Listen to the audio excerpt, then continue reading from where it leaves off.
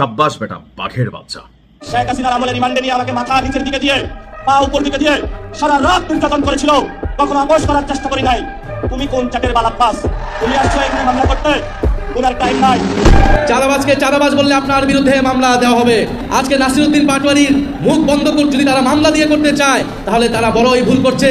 আজকে নাসিরউদ্দিন পাটোয়ারির বিরুদ্ধে যদি মামলা দেওয়া হয় বাংলাদেশে শত শত নাসিরউদ্দিন পাটোয়ারি মুখ তৈরি হবে। নাসিরউদ্দিন পাটোয়ারি সরি বলার লোক আমার তো মনে হয় তাকে আবার যেটা দেখানো হয়েছে ভাই একেবারেই বিপ্লবী, পুরাটাই বিপ্লবী, আগাগোড়া পুরাটাই, কোনো আপোষ নাই। কেন আপোষ নাই জানেন? নীতির পথে চলে, ইমান ঠিক আছে, যার জন্য বুকের মধ্যে ওই জোরটা থাকে। এই ধরনের মানুষকে মাথা নত করানো যায় না। বিএনপির পক্ষ থেকেও স্বীকার করা হলো যে বিগত ত্রয়োদশ জাতীয় সংসদ নির্বাচনে ব্যাপকভাবে ইলেকশন ইঞ্জিনিয়ারিং হয়েছে। হ্যাঁ, এটি সত্য। রাজনীতিতে ঈদের আগে একটা বিরাট সুখবর ঘোষণা এসে গেছে।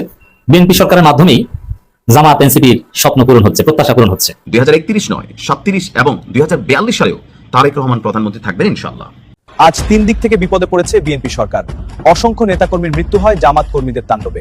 সরকার কি করবে বিএনপি নিজেরাই জানে না। বিএনপি সরকার বহুমুখী ফাঁদে পড়ে এলোমেলো, সব এলোমেলো, কিচ্ছু করতে পারছে না। প্রিয় দর্শক, ভোট যে ইঞ্জিনিয়ারিং করা হয়েছিল তা অবশেষে বিএনপি থেকেই স্বীকার করলো নিজ মুখে। বিএনপির এমপি প্রার্থী জয়নুল আব্দুল ফারুক তিনি নিজে স্বীকার করেছেন যে ভোটের রেজাল্ট নিয়ে আমরা ইঞ্জিনিয়ারিং করেছি বা ইঞ্জিনিয়ারিং করার মাধ্যমেই আমরা ক্ষমতায় এসেছি।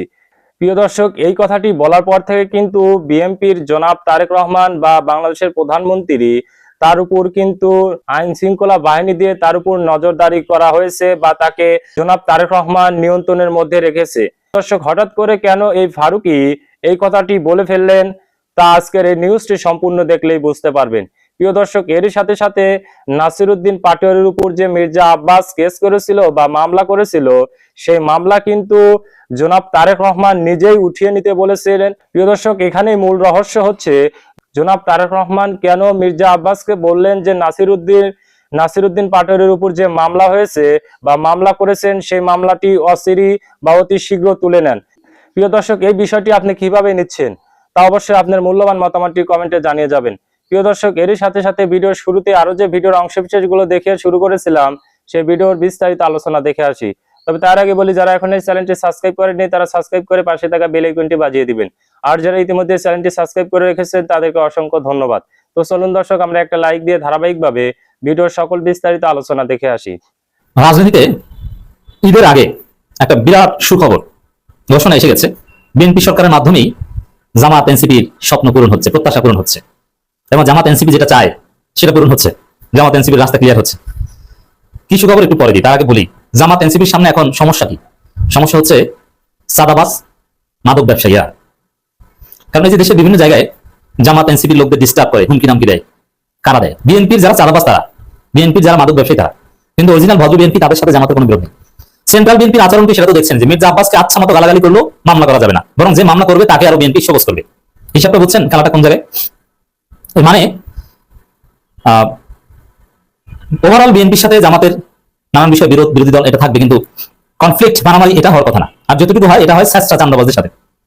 এবং হ্যাঁ, তারা অনেকে বদদারি, কিন্তু চাঁদাবাজদের রাজনীতি ছুটে যাবে জামাত এনসিপি। আমি নিজে এই প্রস্তাব অনেকবার করেছি ব্যক্তিগতভাবে, যখন বিএনপির মন্ত্রীদের সাথে বা সিনিয়রদের সাথে কথা বলি তখনও বলি যে আপনাদের ভালোর জন্য, আপনারা যাতে 5 বছর টিকে থাকতে পারেন, আপনাদের বিরুদ্ধে আমাদের যাতে রাজপথে নামতে না হয়, এই জন্য আপনারা অপারেশন ক্লিন হার্ট টাইপের একটা অপারেশন চালান। তাহলে জামাত এনসিপি আপনাদেরকে আরো ভালোভাবে কোঅপারেট করবে এবং দেশ স্থিতিশীল হয়, মানুষ আপনাদের উপর স্বস্তি রাখবে। নইলে যেভাবে চাঁদাবাজি চলছে এবং মন্ত্রীরা যেভাবে চাঁদাবাজির বৈধতা দিচ্ছে, এতে অবস্থা খারাপ হয়ে যাবে, আপনাদের নিজেদের কারণে নিজের পতন হবে। তো এখন বিএনপি টনক নড়েছে। দর্শক, খবর 3 মাসের মধ্যেই অপারেশন ক্লিন হার্ট অভিযান, পরিবেশ মন্ত্রী, মজা না? মানে সেই আবার অপারেশন ক্লিন হার্ট। এখন কি হবে? তো যারা জামাতকে ডিস্টার্ব করো, মানে তুমি চাঁদাবাজ বলেই তো, তুমি স্যাঁচড়া, তুমি মাদক ব্যবসায়ী বলেই তোমরা জামাত এনসিপি ডিস্টার্ব করো। নাহলে স্বাভাবিক বিএনপির সাথে কোথাও কোনো ভেজাল নাই, শিক্ষিত বিএনপির সাথে ভেজাল নাই।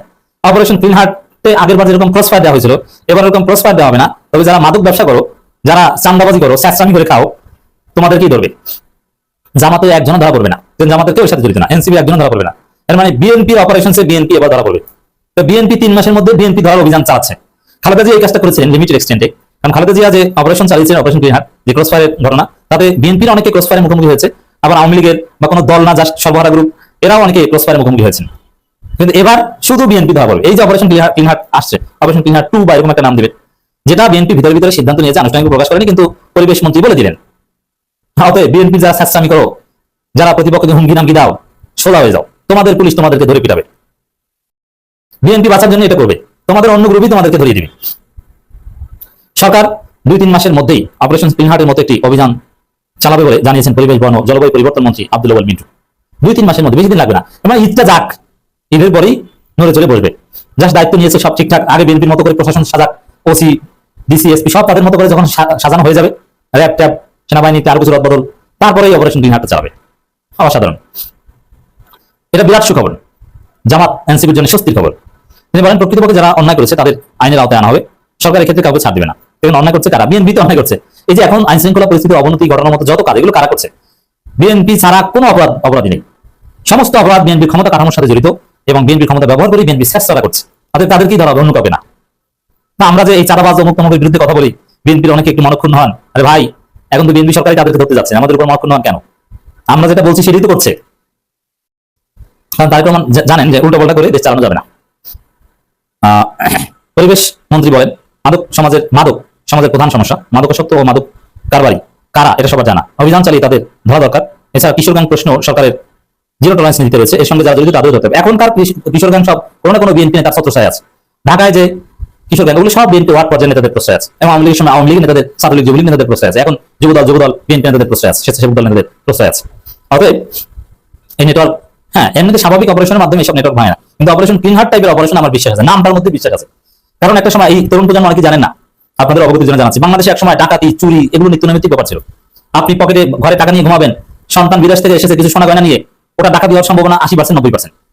ওইটা আত্মীয় বাসায় রেখে যাওয়া হতো, কোনোভাবে একটু টের পেলে যে আপনার বাসায় টাকা আনছে, আপনি একটু বড় চাকরি করেন, টাকা নিয়ে ঘরে এসেছেন, ওগুলো ডাকাতি হয়ে যাবে, অ্যাভেলেবেল ছিল।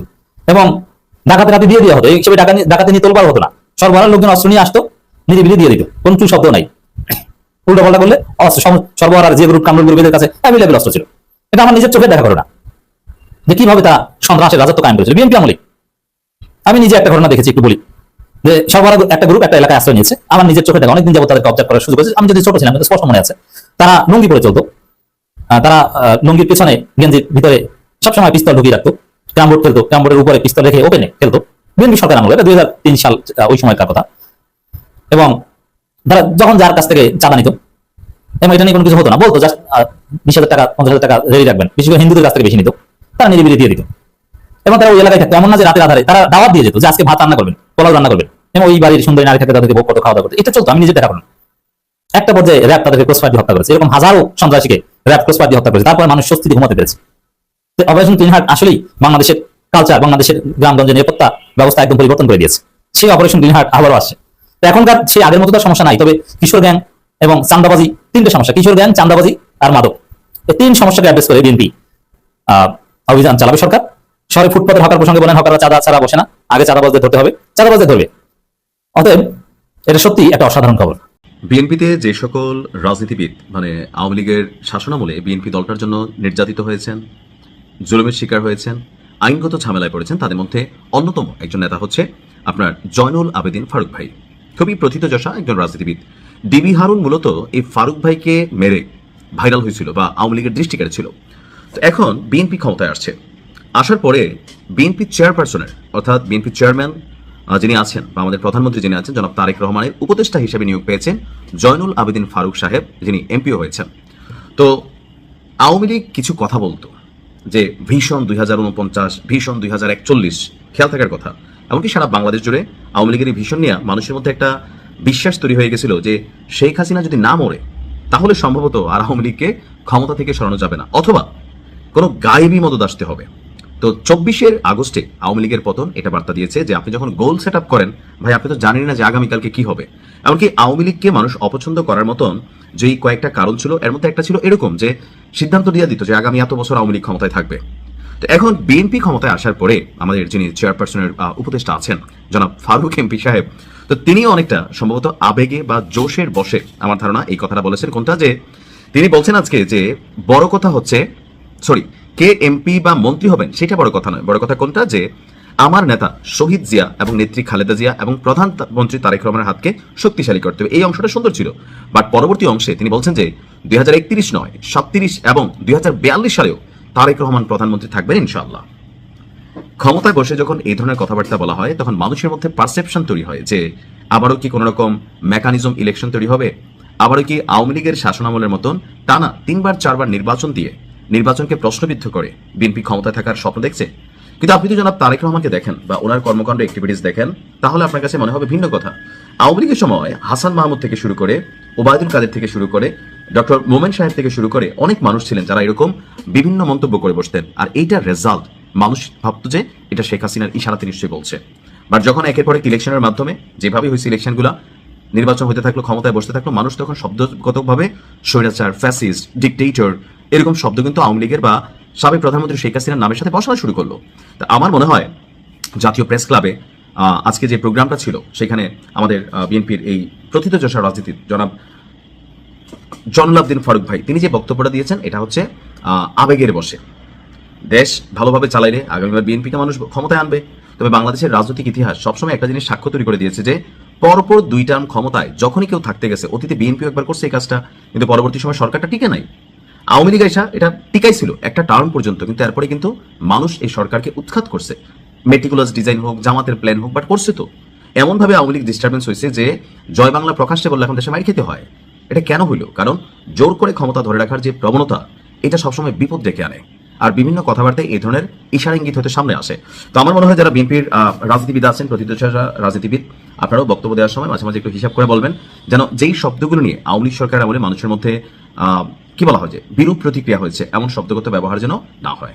একটি বিষয় আপনারা জেনে খুব আনন্দিত হবেন, সাবেক পরিবেশ ও বন উপদেষ্টা রেজওয়ানা হাসানের পরে এবার বিএনপির পক্ষ থেকেও স্বীকার করা হলো যে বিগত 13শ জাতীয় সংসদ নির্বাচনে ব্যাপকভাবে ইলেকশন ইঞ্জিনিয়ারিং হয়েছে। হ্যাঁ, এটি সত্য।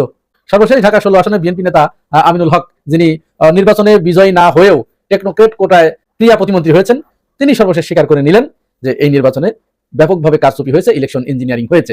বিষয়টা কিন্তু খুব গভীরভাবে একটু বোঝার চেষ্টা করতে হবে। জামাতের পক্ষ থেকে বারবার দাবি করা হচ্ছিল যে এই নির্বাচনে ব্যাপক কারচুপি হয়েছে, বিশেষ করে নির্বাচনে সারাদিন ভোট গ্রহণ সম্পূর্ণ হয়েছে, খুব সুন্দরভাবে সুষ্ঠুভাবে হয়েছে, সারাদিন কোথাও কোনো গ্যাঞ্জামের খবর পাওয়া যায়নি। এমনকি এই নির্বাচনে সেনাবাহিনীকে যে কারণে ধন্যবাদ দিতে হয় যে তারা নির্বাচনের দিন সমস্ত সহিংসতা তারা ঠেকাতে পেরেছে, ওই দিন কোনো সহিংসতা হয়নি। কিন্তু মূলত সন্ধ্যা 7টার কিছুক্ষণ আগ থেকে শুরু হয় ফল ডাকাতি। এখানে শেখ হাসিনার আমল থেকে কিছুটা শিক্ষা নিয়ে তারা অন্য একটা পথ অবলম্বন করেছে, যে পথ আসলে কারো জানাই ছিল না। এখানে ফল ডাকাতি হয়েছে, এই অভিযোগে জামাত বিভিন্ন সময় বিভিন্ন কথাবার্তা বলেছে, পদক্ষেপ নিয়েছে। তারপরে তো সর্বশেষ রেজওয়ানা হাসান তিনি একেবারে সরাসরি বলে দিলেন যে আমরা এই জাতীয় শক্তিকে, এই উগ্রবাদী শক্তিকে আমরা মেইন স্ট্রিমে আসতে দেই নাই, আমরা তাদেরকে ঠেকিয়ে দিতে পেরেছি, এটি আমাদের সবচেয়ে বড় সফলতা। বদলে দিয়েছে।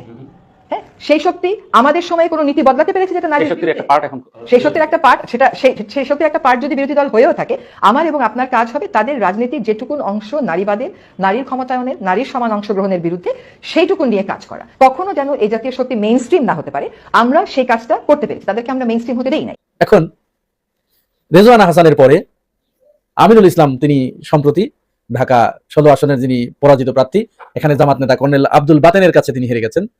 হারার পরে তিনি হাইকোর্টের নির্বাচনী বেঞ্চ, যেটা সেখানে নির্বাচনে ব্যাপক কারচুপির অভিযোগ এনে, ইলেকশন ইঞ্জিনিয়ারিং এর অভিযোগ এনে তিনি মামলা করেছেন। মানে কি দাঁড়ালো? আমিনুল ইসলাম যদি ইলেকশন ইঞ্জিনিয়ারিং এর অভিযোগ এনে মামলা দায়ের করেন, তিনি তো বিএনপির বর্তমান প্রতিমন্ত্রী। শুধু আমিনুল ইসলামই নয়, কিন্তু আমিনুল ইসলাম সহ আরো 8 জন তারা একইভাবে নির্বাচনে ইলেকশন ইঞ্জিনিয়ারিং এর অভিযোগ এনে মামলা দায়ের করেছে। এর ভিতরে আছে বাগেরহাট 2 আসনে, সেখানেও কিন্তু একইভাবে মামলা করা হয়েছে এবং ওই মামলায় হাইকোর্ট থেকে আদেশ দেওয়া হয়েছে যে সেখানে ওই ভোটগুলো, ব্যালট বাক্সগুলো হেফাজতে রাখার শুনানির জন্য দিন তারিখ ধার্য করা হয়েছে আগামী মে মাসে।